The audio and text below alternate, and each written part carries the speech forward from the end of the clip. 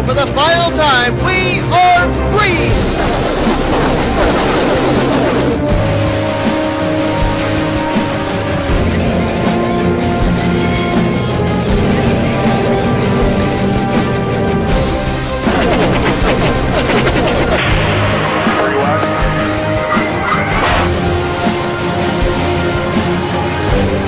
Ultimate contact! A terrible crash!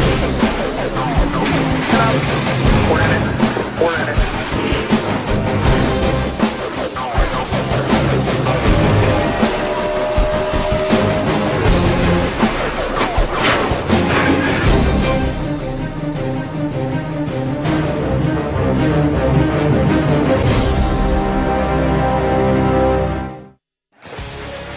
Daytona Speed Weeks continues on here in Season 10 of the NCRA Snickers Cup Series. Looking forward to the Daytona 500. We've already established the front row for the Great American Race.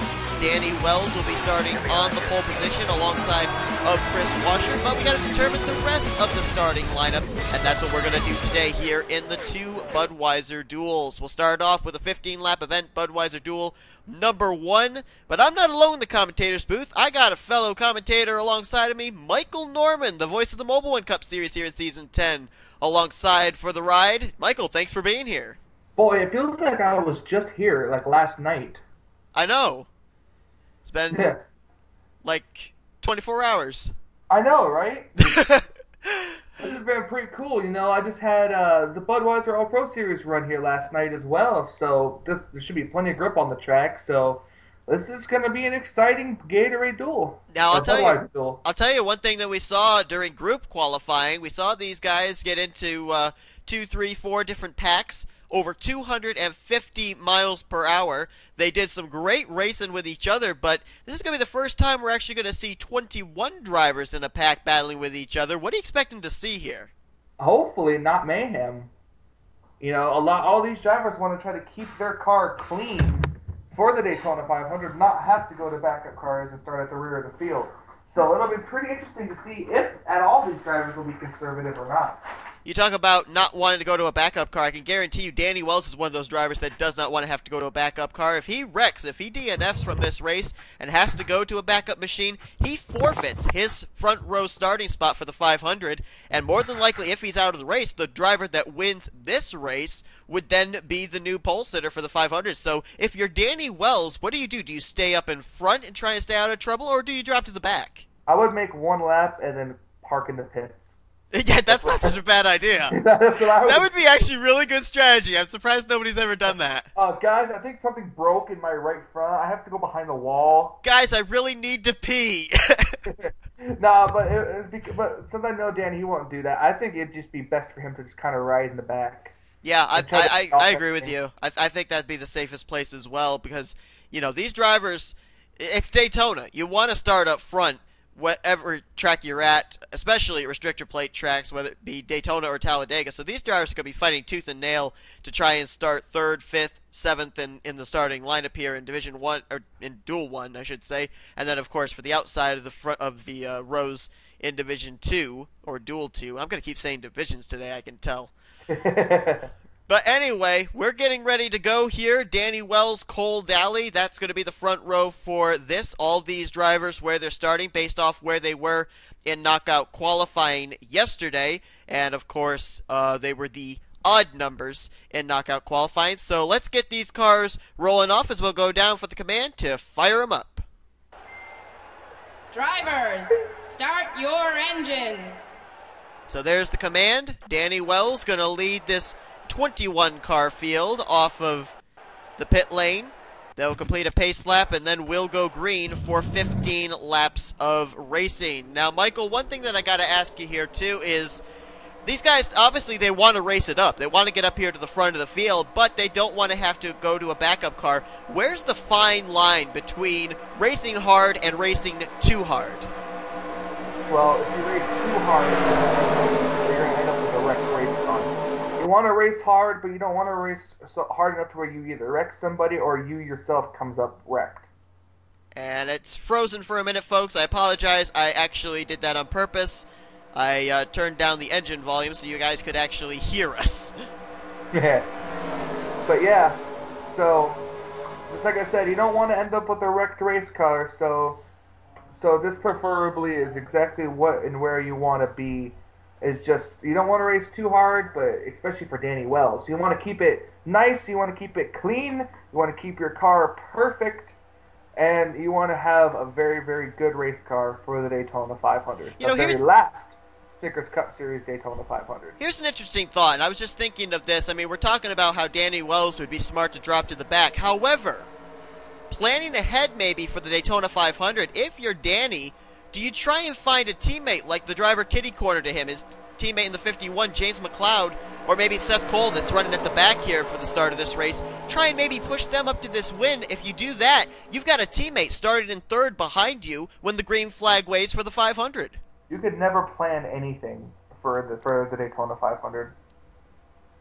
Well, we're about to... That's the stat. You can't plan anything for the Daytona 500. It can't happen. Two drivers we're going to have to keep an eye on, too, that will be teammates are the 2 of Dylan Young and the 99 of Levi McIntyre. I can't believe I'm saying this, but yeah, they're teammates out of Young Motorsports. They're in this field. There's some other teammates in this field, too, that'll try and find each other during the course of this race. But here we go. 15 laps of racing. Green flag is out. And already above 200 miles an hour they will go. Danny Wells, that was an interesting thing. He kind of timed the start perfectly, moved up to block the advance of any kind of run the outside line might get. Now dives back down, and he'll try and block Joshua Collard and Zach Buchanan.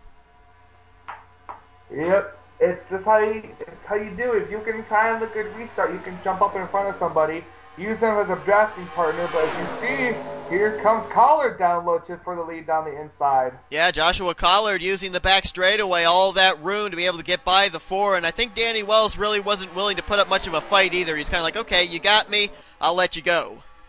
Yep, now Joshua leads the first lap, but remember, this isn't a points race, so the leading the lap won't matter. Exactly. Yep, you don't get any points. It's just all about winning this race to start on the inside of the front of the second row, I should say, for the Great American Race. It's now Zach Buchanan out in front, getting some help there from James Silverfox. And here comes some other drivers. There's Johnny Gardner working with Jessica Shelton. We're starting to see here drivers who don't have teammates in this duel with them, working with some other drivers from other teams.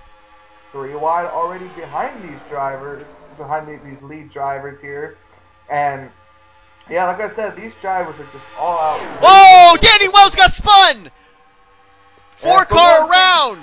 That's the one thing that Danny didn't want to happen. Goes spinning down onto the apron.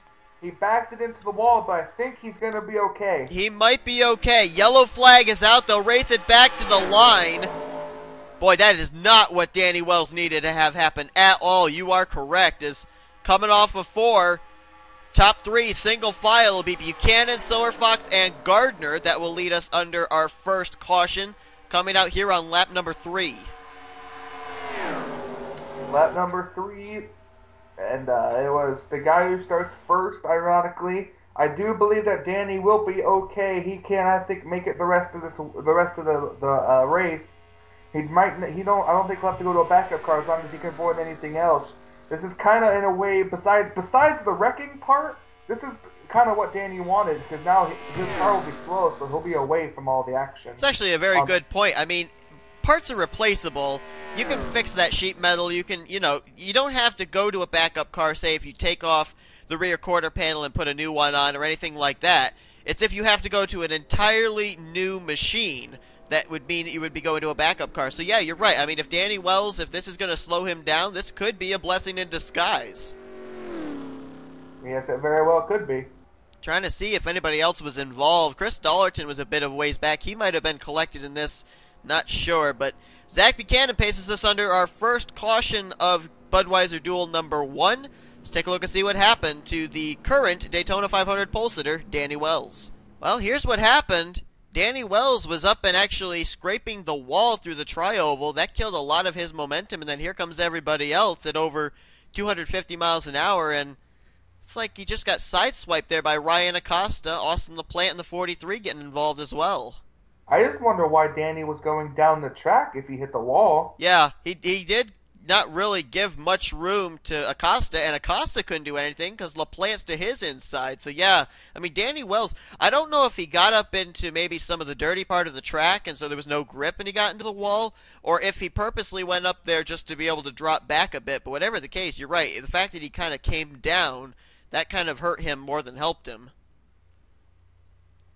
So Danny Wells, fortunately for him, the contact between him and Acosta was the only contact that 4 car received, and then he backed it into the outside retaining wall. But it looks like he will be able to at least continue. So the hopes for Danny Wells of starting on the front row for the 500 still alive, but bit of a near miss there for a possible big one taking place here in Budweiser Duel number 1. Let's go back now for the green flag. So all 21 drivers that took the green flag will be taking the green flag for this restart on lap 8 of 15. That incident, not exactly what we would consider a typical wreck here at Daytona. More of a kind of like a driver not being able to react to another slower car. So, and it was only a 1-car incident as well. Yeah, exactly. So maybe these guys are going to be able to keep it together. I would hope for the remainder of this race will be just about the halfway point now as they're on the back straightaway. So they got still 50% of this race to go. We'll see if they can keep it clean and green until the end. Right now it's Zach Buchanan the leader. Second is James Silverfox. Third is Johnny Gardner. Fourth, Joshua Michaels. And fifth is Michael Norman. Sixth is Levi McIntyre. Seventh place will be Stephen Pollard III. Bob Jones runs in 8th, 9th Dylan Young, and Jessica Shelton completes the top 10. Then it'll be Cole Daly, Jace McLeod, Joshua Collard, his teammate Austin LaPlante there in 14th, top 15 completed by Seth Cole. The rest of the cars are Dougie Shears, Ryan Acosta, Richard Johnson, Tim Walsh, Chris Dollerton, and there is Danny Wells in the 21st position, still running, which means that he still is in possession of the Daytona 500 pole position. I almost want to say that M&M has got a very decent advantage in this one if they can all find each other. Yeah, got Norman, got Jones, got Dollerton. Yes, here we go. Green flag back out. See, I think Silverfox is by himself in this, right? Or no? Yeah, Silverfox is by himself, Michael's by himself, Gardner, and Buchanan. So the top 4 are all drivers that are by their lonesome, and actually only one of them has a teammate here this season in the series, and that's Michaels. He has Chris Washer as a teammate, but Washer will be starting on the pole for Budweiser Duel number 2. He's gonna watch out, because even to get a good finish like that, I mean, if M&M or what other team is in here? Young Motorsports is there. Yeah, Young Motorsports. If any of them were able to finish 1-2 or 1-2-3 or so on, they'll be starting nose to tail right behind each other in the Daytona 500. Bit of a 2-car tandem at the front there. Johnny Gardner pushing Zach Buchanan. Well, as soon as I say that, there he goes to the inside looking for the top spot, and that's going to bring third on back right to their back door. Yes, it will. Here comes, I believe that's Bob Jones in the 27 pushing Norman, and here comes Shelton to the inside of Jones. Now, didn't LaPlante get a little bit of damage from that contact between Ryan Acosta and Danny Wells? Probably a slight bit. I don't exactly remember if he got too much, but I know it was a little bit. Because I'm thinking he might be the reason that this field is split up into 2 groups. I noticed the 48 started, I think it was behind his teammate Collard, and now from Silverfox on back, there's quite a gap as Michael Norman 3 wide for the top position. Yeah, here he goes. He just dove right underneath them. You know how Norman is with restrictor plate. Well, it's not technically restrictor plate racing. You know how it is with him and Daytona. But here he quickly gets shuffled by Shelton with the run that she has with her friend Joshua Collard right behind her. Yeah, that's former teammates from Season 9 when Shelton and Collard both ran for Retro Racing Enterprises. Collard breaking away here for the final season, going over to Richard Petty Motorsports as Zach Buchanan got the wall there off of the tri-oval, it looked like. Here comes Collard back to the lead. He's got Levi McIntyre right behind him. And Levi McIntyre being pushed by Mac and Cheese. That's ironic. I know, right? I'm sorry, Levi, I had to go there. Totally rigged. He rigged it that way. Yep, I did. Levi followed by Mac and Cheese. Oh, man. So Collard leading the race. the best part about these drivers in the front up here in this first pack is that they still have a shot at winning this race. Yeah, they do. They really do. There's still a lot of time for these drivers to be able to make moves, get themselves up here into the hunt. I'm not so certain about Buchanan on back. Those guys might actually be out of this thing. So I would say for the most part we got about maybe 12 drivers up in this lead group that have a shot of starting on the inside of row 2. McIntyre will take the lead coming off of turn number 4. And they got a bit of a line going on that outside. Not too many people wanting to go to the inside. Tell you one driver that's had a very good speed weeks has been Stephen Pollard III. He ran well in Sprint Unlimited qualifying, ran well in the Sprint Unlimited. He finished 10th, and he's had a very fast Volkswagen Jetta all week here at Daytona. He's up here in the hunt for this thing, and I think we might have seen a couple of. Racy. Yeah, I think we just saw a couple of other early exits. I think Jessica Shelton and James McLeod both hit the wall, and they've both now lost this draft. Yeah, you gotta watch out. Now things are starting to get racy. Got 9 drivers up in this lead pack. Only one of them can start on the inside of row number 2. Danny Wells, well off the pace, but he will start on the pole for the 500 on the inside of row 1. Right now, it's the Fords out in front, Levi McIntyre and Joshua Collard. 2 to go. And if you're Joshua Collard, I mean, right now, he's kind of working with Levi McIntyre, not making any moves on him. This is kind of wise strategy. And wow, look at the run Gardner got all by his lonesome on the inside. Almost got to the inside of Collard. Yeah, but he still needs the drafting up behind him. He's got to find the pack behind him that's going to go. Here comes Dylan Young, drafting help from Michael Norman, and it looks like that's also Joshua Michaels there. That second group trying to catch this first group as they head into 1 on the final lap.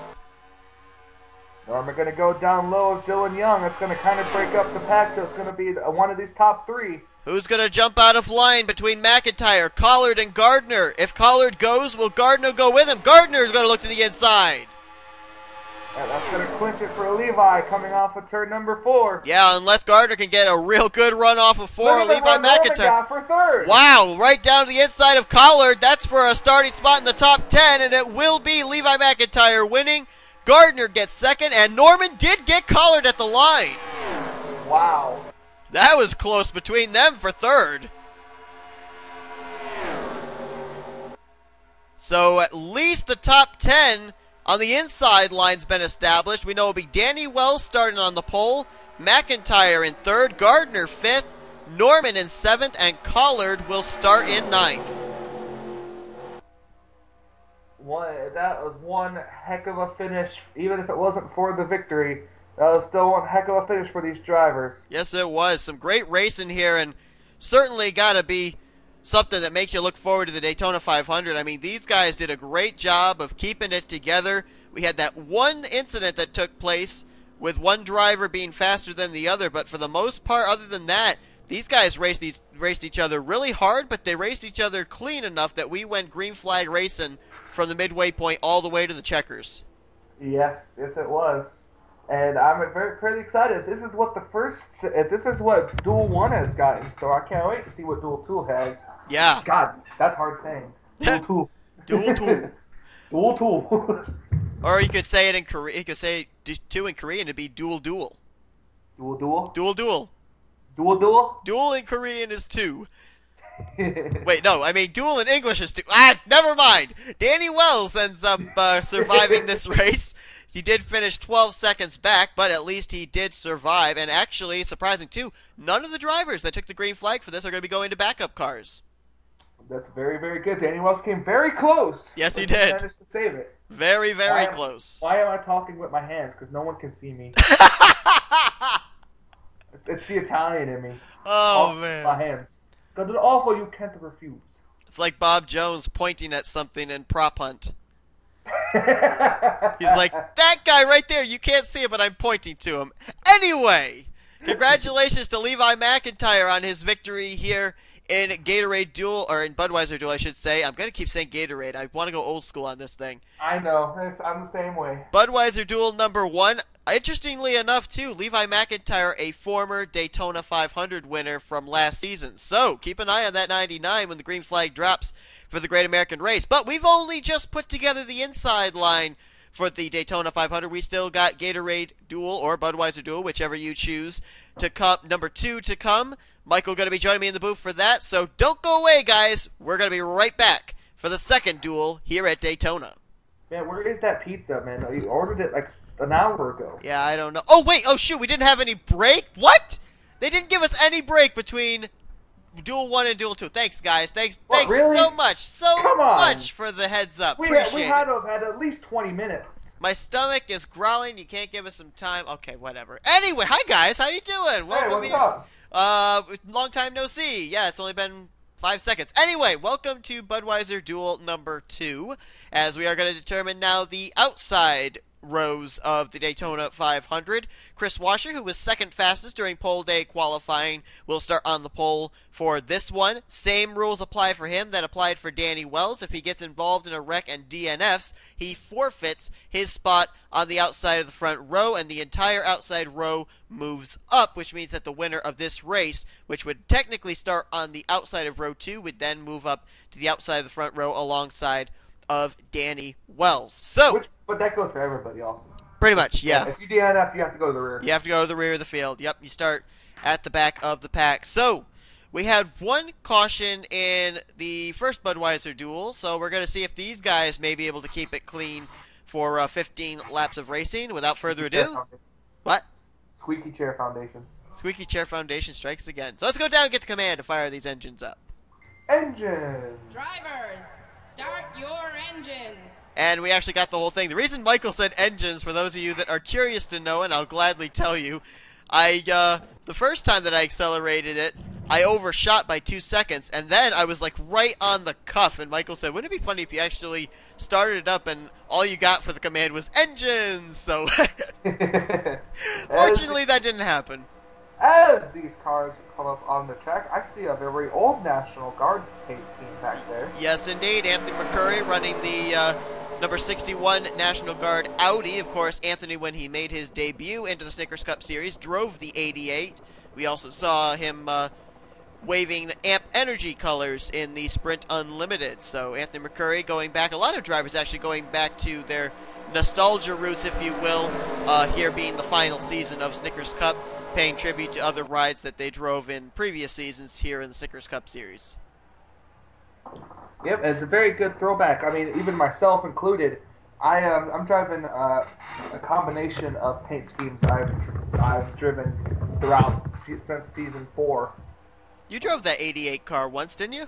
Yes, I did. In Yeah, season 5. It led me to no points wins and 1 All-Star win. Yeah.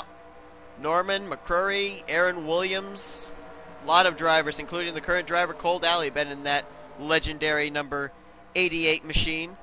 And also a couple of drivers that we got to give shout-outs to here in this particular race. One of them, a driver that's already been to victory lane this season, our Sprint Unlimited winner James Qualls is in this field. He qualified for the pole for the Unlimited, went coast-to-coast and won it. And then you've also got William Duncan, the only Dodge that we will see this entire season there, lining up on the outside of row 3. And also the defending champion, Brandon Gonzalez, is in this field as well there. The white and black number 23 Mercedes, or not Mercedes, I'm sorry, Mitsubishi Lancer. Defending champion coming Yes, to the indeed. green flag. Here we go, though, getting ready to go green. Chris Washer, Charles Sanford get us underway in Budweiser Duel number 2. Already speeding up. They're only in gear number 3, and they're already hitting 200 miles an hour. One thing I noticed that was different from the first Budweiser Duel, Danny Wells got out to a pretty good lead, was able to block the outside line. Both Chris Washer and Charles Sanford seemed to equally time that start, and were pretty much dead even getting into 1. And here comes the 61 of McCurry, 3 wide for the lead, heading off into turn number 3. McCurry, a bold move there in that Audi RS4. 3 by 3 in turn 3. Yep. Several rows deep there as well, all the way back to dead last, actually. And McCurry's going to lead lap number 1 of the Budweiser Duel. Now, one thing that's going to be very different is that number 84 back there, right behind him, is Benjamin Miles, moving over to the Hendrick Daly Motorsports team. So he's teammates to Cody Lamas, Kyle Matthews, Jacob Lawler, who are also in this dual race. I think the only Hendrick Daly Motorsports driver that was in duel number 1 was Cole Daly. So Hendrick Daly Motorsports, they've got the numbers at least here in this one. Yeah, they're just like Eminem, and just like Eminem in Duel 1, Duel 2 has those drivers. And what awesome it would be if they actually finished 1, 2, 3, and they started on the outside 1, 2, 3, pretty much. Exactly. I hear one car up and in the wall, and I think caution's actually out. Yes, it is. Yellow flag is out. Someone was up in the wall in turn 1. We must have had something take place. And so with the yellow flag waving, these drivers will race it back to the line. Now it took, I think it was lap 3 for Gatorade, or for the Budweiser Duel number 1 when the yellow flag came out too. You know what I just noticed? I don't see, I do not see, who was it? I don't see the pole sitter here. No. The outside pole sitter. Nope, Chris Washer, not anywhere up here at the front. I think I just saw yeah, him. I think I did too. I think he's just outside the top 10. Maybe just inside the top 10. Might be in 10th place, actually. Caution's out. He could be anywhere. Who knows? Anthony McCurry under the caution flag leads us. Let's see who was involved in this. Oh, Cody Lamas. Cody Lamas. The 48 car who was up at the front. He's got some damage. I think that's going to be it for the 48 car. Boy. Oh, and there's DJ Curtis in the 20 car, one of 2 drivers battling for Rookie of the Year honors. There's the other one, Austin Mongol. So both of this season's rookies involved. Sean Galligan's on pit road, and Cody will be going to a backup car. Cody's gone. I'm pretty sure I'm pretty sure Sean Galligan's gone. All those drivers are pretty sure going to be DNF'd. There's Jacob Lawler. Yep, former Daytona 500 winner from Season 4, also former Snickers Cup Series champion. James Qualls, the Unlimited winner. And there's Charles Sanford. Started second in this race. Wow, this must have been a big accident. I don't know how we didn't see that. I don't know either. I heard the scraping, but I really didn't see anything that looked entirely out of the ordinary back there in turn 1, but apparently something did happen, and it's taken a lot of drivers out of this. And this is an interesting thing too when you think about it, because now if all these drivers that we saw involved do go to backup cars, a lot of drivers who had really poor runs in Budweiser Duel number 1, they're going to move up some spots due to those drivers here in Duel 2 having to go to those backup cars. Yes, so it's definitely going to be, even though they're going to retire, and they're still going to have to start in the back. But you never know. We've seen a lot of people win with the backup car. Yes, we have. Indeed, we have one driver that actually did it back, I think it was Season 7. Barney Ward was back in a backup car. In his only start that season, won the Daytona 500. But Anthony McCurry leads us here under Budweiser Duel number 2's first caution flag. Let's take a look and see what happened. This is actually technically our first big one of today's events. So let's see what happens here. We're looking at Charles Sanford. I think it was Jacob Lawler. Somebody just came straight down in front of the 03 car. Sanford came up into Lawler. I'm starting to think maybe he blew a tire or something, because his car just started going straight. Yeah, that car never turned to the left. And so that sent Lawler, I'm almost wondering, did Lawler come back up on track then? I think so. He had to have. He did not hit anything, but he did keep his foot in the throttle. He's going 262 through the grass. That's not exactly a good thing. That's not good, because if you hit a bump, your car would just take off like an airplane. And when you're driving straight through a turn, that car is not going to make it around. Oh my goodness. At all. Right up in front. Boy. Right into Galligan, Mongold, Curtis, Qualls, and Lamas. There was just absolutely nowhere for any of those guys to go. It takes out a Hendrick Daly Motorsports. Gibbs Waltrip Mayonnaise car. Yep, ML Motorsports. Hendrick Daly Motorsports. ML, yep. And then Mongold Motorsports, as well as what team is Sean Galligan for? He's a Tweenix driver. Boy. Look at Charles Jackson near avoidance there for the 54. Man, that was self-cleaning racetrack right here. They'll all just go right down to the inside. And these were all drivers that, for the most part, were at the rear of the field at the moment that all this happened. And, boy, you know, I understand that at that particular point in time, I don't think that the caution flag was out. It might have been with the spin of Sanford. I'm not sure. But, I mean, Lawler was probably trying to keep his foot in the throttle in order to try and make sure that he kept up with the cars just in case there wasn't a yellow. But still, you know, for a guy that's a former champion and a former Daytona 500 winner, that just seemed like a big mistake on his part. And ironically, this caution came out at the same time the only one did in the first duel. Yes, it did, and almost in the exact same spot too. We had the spin out of the tri-oval in Duel 1, and we had a spin out of the tri-oval here to start this incident on the very same lap. Yep. So very interesting to see these cars just stuck on the apron before they teleport. But yeah, so this will definitely be a very interesting race. So that's what put us under the caution for the first time here in Budweiser Duel number 2. And we are going to have several drivers going to backup cars for sure. Lawler, Galligan, DJ Curtis, Austin Mongold, and quite a few others will probably be starting at the rear of the field for the Daytona 500. But we still got to determine who's going to start in the outside of row 2, 3, 4, 5, and on back in the Great American Race. So let's go now for the restart. So indeed, we are going to have 7 drivers at the very least starting at the rear of the field. Tough break there for Charles Sanford, because Sanford ended up during pole day qualifying. He was 4th fastest, had great track position to start this race. Now he'll have to start in a backup car. Cody Lamas, Sean Galligan, Jacob Lawler, James Qualls, the Unlimited winner, as well as the rookies this season. DJ Curtis and Austin Mongold will both have to start off their rookie season with backup cars here in the Daytona 500. Yes, they will.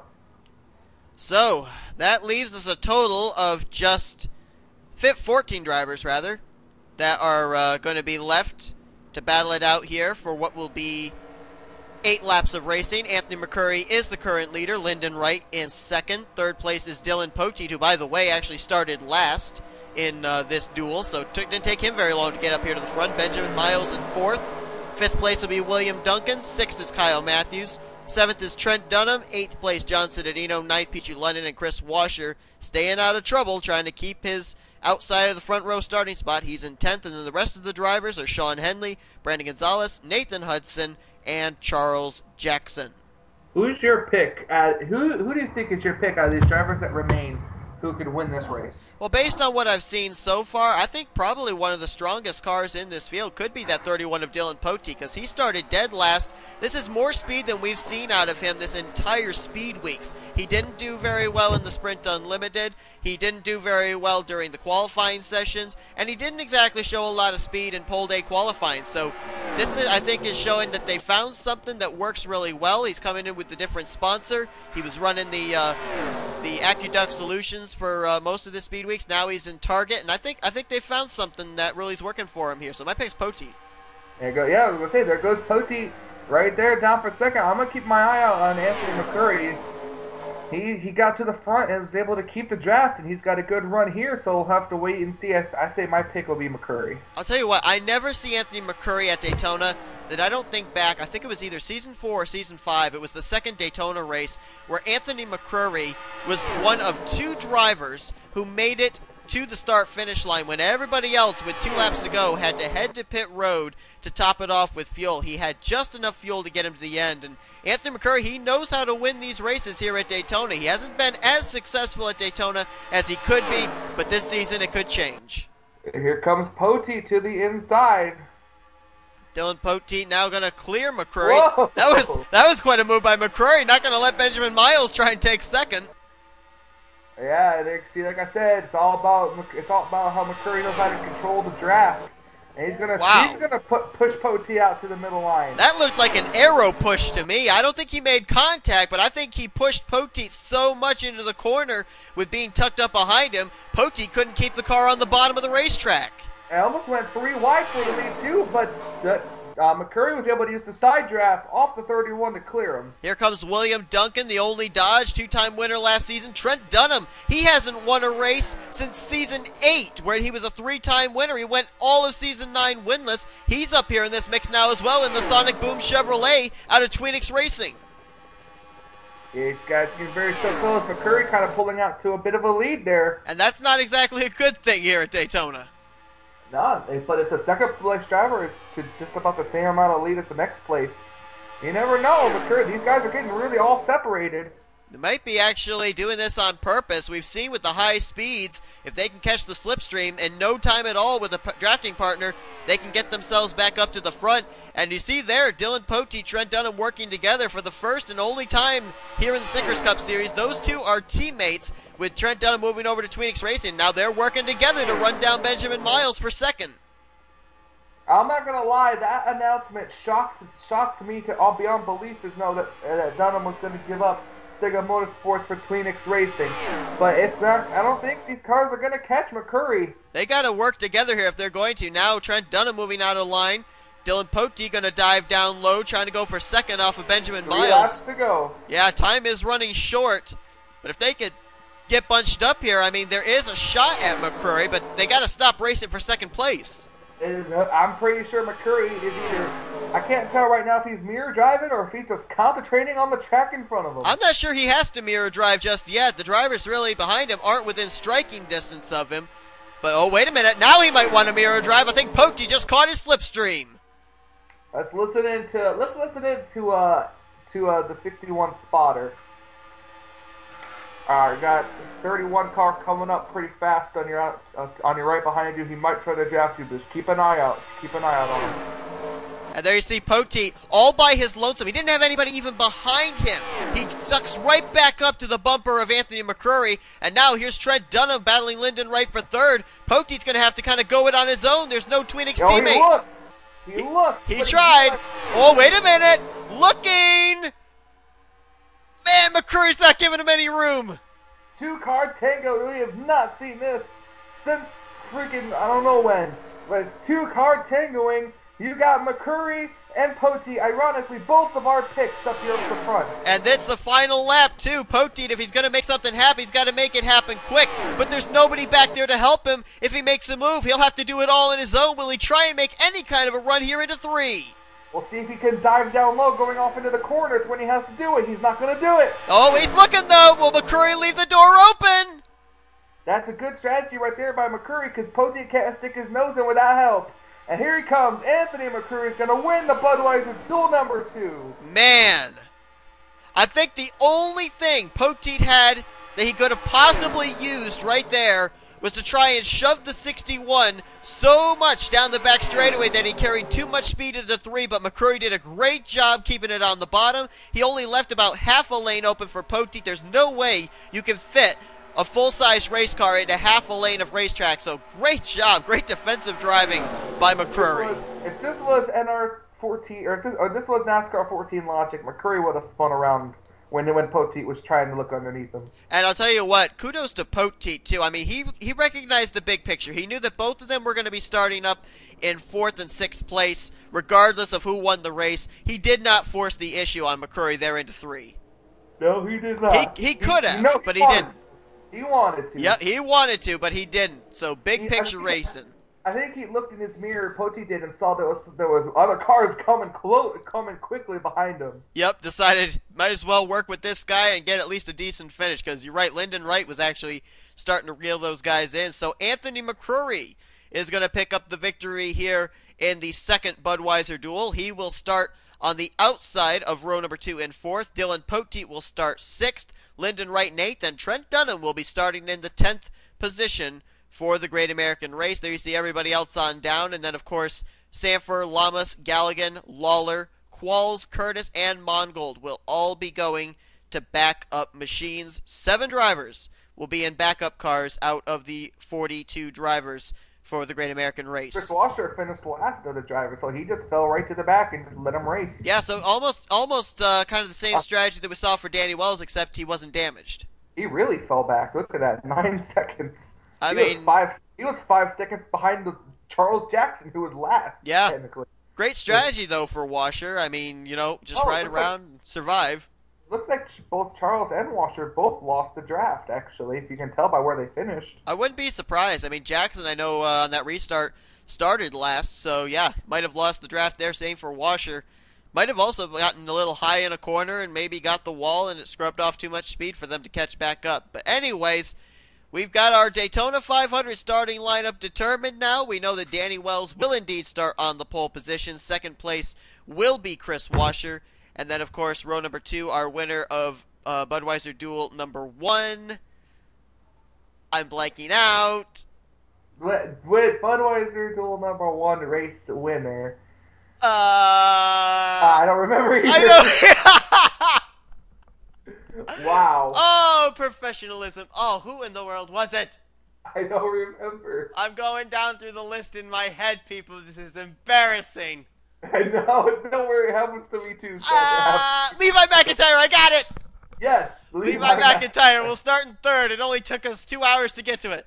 And Anthony McCurry will start in 4th position. I'm not even going to bother to guess who was 2nd in the thing. I got the first 2 rows. All right. Oh, man. It was Levi, somebody, and then and then Michael Norman finished 3rd. Right. And it was Levi, somebody, Norman, and then Collard. That's your top 4 from the first one. Right. Okay. Yeah, I'll go with that.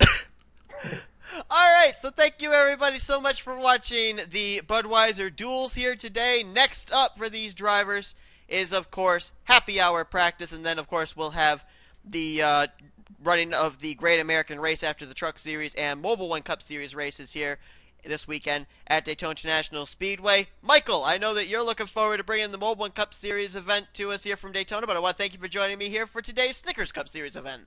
Absolutely. This is so much fun. I can't wait for these Mobile One cars to get on track. Actually, I think their practice session is coming up here pretty soon. Yes, indeed. So you'll want to tune into that. A lot of Daytona action coming your way here on the NNSCRA Sports Channel. So once again, folks, thanks so much for watching. If you enjoyed this Budweiser Duels, be sure to give this video a like. Subscribe to become part of the crew today. Also subscribe to Michael Norman's channel. I want to thank him for helping me out here with doing the series on this channel. He also runs a really cool series over on his channel, the Budweiser All Pro Series. So check him out. Link to his channel is in the description. And then, of course, if you want to check us out on Facebook and Twitter, links to that are also in the description as well. So once again, Michael, thanks for being up here in the booth and looking forward to a great season here. No problem, and I hope it's gonna be a fantastic season, and I can't wait to see who the final champion of the NNSCRA Snickers Cup Series will be. Alright, so for Michael Norman, I'm Seth Cole signing off. You've been watching another production of the NNSCRA, Offline Racing at its best. I was attacked by the Mafia and a serial killer, and I was haunted by the Jester. I died! What? Whoa! The arson. Whoa!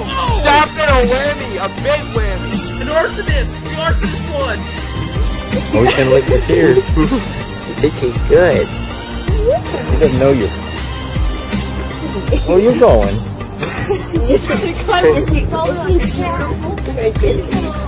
Can I be now?